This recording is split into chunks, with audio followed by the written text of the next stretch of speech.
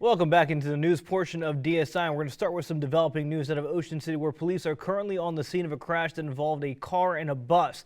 Now, we're told the crash happened at the intersection of 33rd Street and Philadelphia Avenue. We're not sure what time.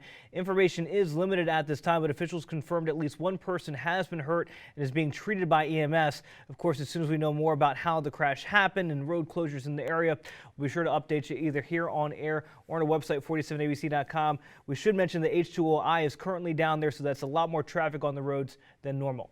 All right, shifting gears, in Dorchester County, Public School Superintendent David Bromwell announced that they will move into phase 2 of reopening next month.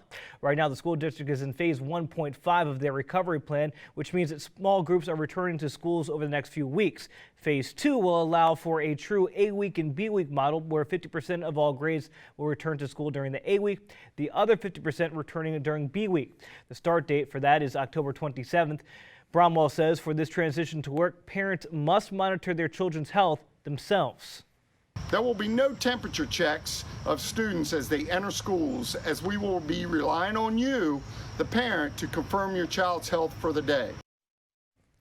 Bromwell says students will be required to wear a mask, with a few breaks scheduled throughout the day where kids can remove them for a short period of time. Students whose parents wish for them to remain virtual will still have that option. But we want to hear what you think about Dorchester returning with that A and B model. You can tell us on Facebook or Twitter right now. Well, in Maryland, lawmakers are bracing for a big battle this upcoming session surrounding the topic of police accountability and police reform. But it's going to take a lot of convincing to get some other members of the General Assembly to agree. 47 ABC's Taylor Lumpkin has more. As racial tension and issues with police brutality continue to build across the United States, some members of the Maryland General Assembly are already discussing legislation to hold police in the state more accountable. Police reform is going to be a big topic this year in the General Assembly. Over the past couple of days, the Senate Judicial Proceedings Committee has held several virtual meetings discussing police reform and the bills they plan to present this upcoming session to address police misconduct. Bills that include creating a statewide public database for complaints filed against officers. Let the public see the facts. That's how you build trust, not by saying, trust us, everything is good. Doing so is not unfair to the officers. Other legislation that was discussed included establishing a use of force policy for all police departments in Maryland to follow and eliminating no-knock warrants. But some Eastern Shore lawmakers feel that getting rid of that procedure is the wrong move. So this isn't something that just happens arbitrary, where cops are going to decide, hey, let's just bust down the door and serve this warrant. It's methodical. It's thought about, and it's vetted, and it's done for the protection of the people in the area and the law enforcement. Meanwhile, others feel as though these lawmakers are making decisions based on emotion and aren't thinking rationally about how these bills could affect the entire state. There are going to be decisions made that are going to just impact all the good work that's been done at the local level. But at the end of the day, some lawmakers can at least agree that something needs to change. How do we get to this point, and we need to fix it. Also, during some of those hearings, members of the Senate Judicial Proceedings Committee heard testimonies and answered questions from members of the public to ensure that they're addressing every concern that the public may have. To see a full list of bills that are being considered to address police reform in the state, just head to our website, 47abc.com, to find a link to that information.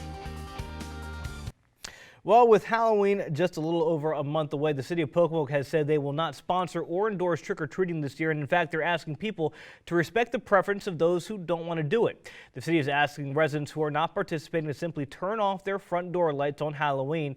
Meanwhile, they're urging anyone who decides to participate to practice safe social distancing and to wear masks. Officials also say it's the responsibility of parents to ensure that these measures are taken safely. They also recommend that parents should accompany their children on Halloween. But Halloween, a little over a month away, but the main focus should be on right now is this weekend. And with more on the weather for this weekend, we're going to toss things over to meteorologist Ulysses Garcia for a little bit more on that. Thanks, Julian. And when it comes to the weekend, though, it's overall not going to be too bad, but right now, Sunday's looking to be the better day. And if you're stepping out right now in our Morse Roofing and Siding Sky Cam, things are quiet. Good amount of cloud cover, though, and checking out Weather Watchers, 62 degrees for Chucky and Lewis. For the rest, Delmarva mostly in those 60s, mid to upper 60s to be exact, 68 in Ocean City, 67 in Wallops, a little bit cooler towards the north and west, 63 in Cambridge, and 64 degrees in Dover.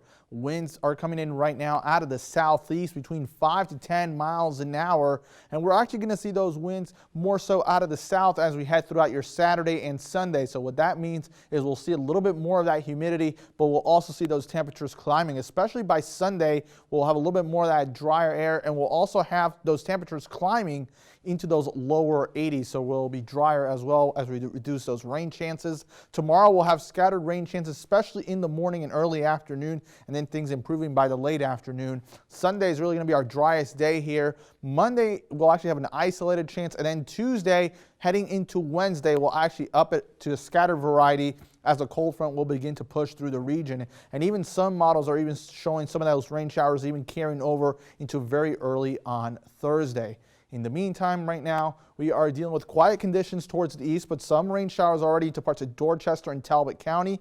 But the bulk of the rain still across the bridge, but it's all pushing towards the northeast. Just a good amount of that rain pushing in from southwest Virginia all the way towards the north and east. This is all associated with the remnants of Tropical Depression Beta now over the Carolinas as we speak, and that's pretty much going to be the case throughout the weekend. We're going to be dealing with some of that influence of that remnant low as it's going to be just off the coast, especially as we head into your Sunday. But by Sunday we'll have a bit more of that drier weather to deal with when it comes to some sunshine, but temperatures will be warmer. So for tomorrow, for those boaters, no advisories. Winds out of the southeast at 10 knots on both the Chesapeake and the Atlantic. The Delaware out of the southeast at 5 to 10 knots. Here on Futurecast, still dealing with those scattered showers throughout the overnight. This model not really doing too much of a great job when it comes to showing those showers. Still continuing with some of that into the morning hours and then even into the early afternoon. But then things begin to improve late into the afternoon and into the evening. Heading into your Sunday, a drier day. Notice how we start seeing some of those breaks of those clouds pushing through in your Sunday afternoon.